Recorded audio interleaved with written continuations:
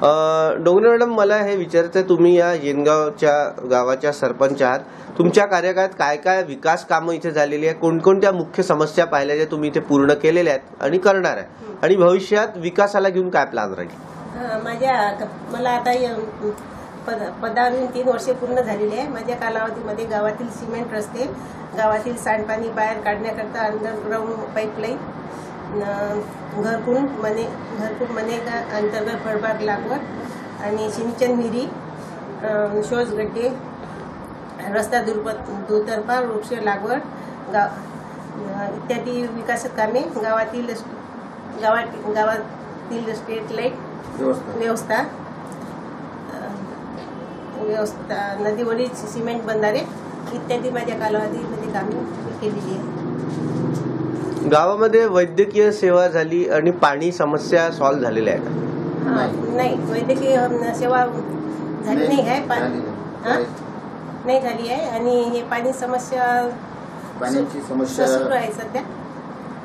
पाण्याची समस्या पाण्याची समस्यांचा निवारण सुरू आहे.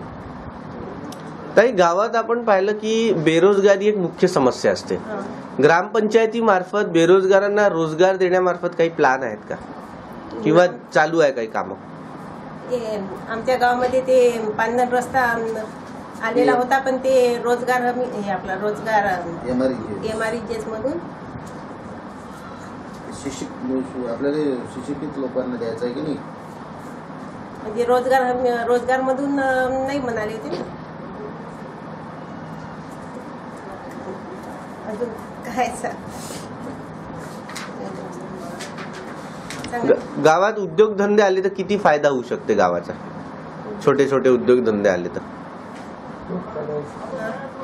गावात छोटे उद्योगधंदे जर आले तर गावातील जे सुशिक्षित बेरोजगार आहेत त्यांना रोजगार भेटू शकतो. शासनाचं कुठेतरी दुर्लक्ष वाटते का की गावामध्ये उद्योगधंदे न येण्यामागचं?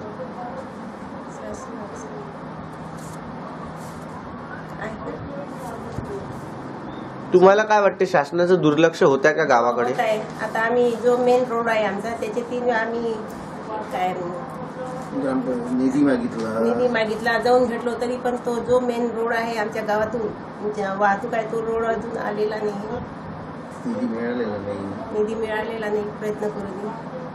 आपलं सांगा ना, गावामध्ये जलदेवी देवस्थानचं भव्य असं मंदिर आहे, परंतु तिथेही काही व्यवस्था नाही.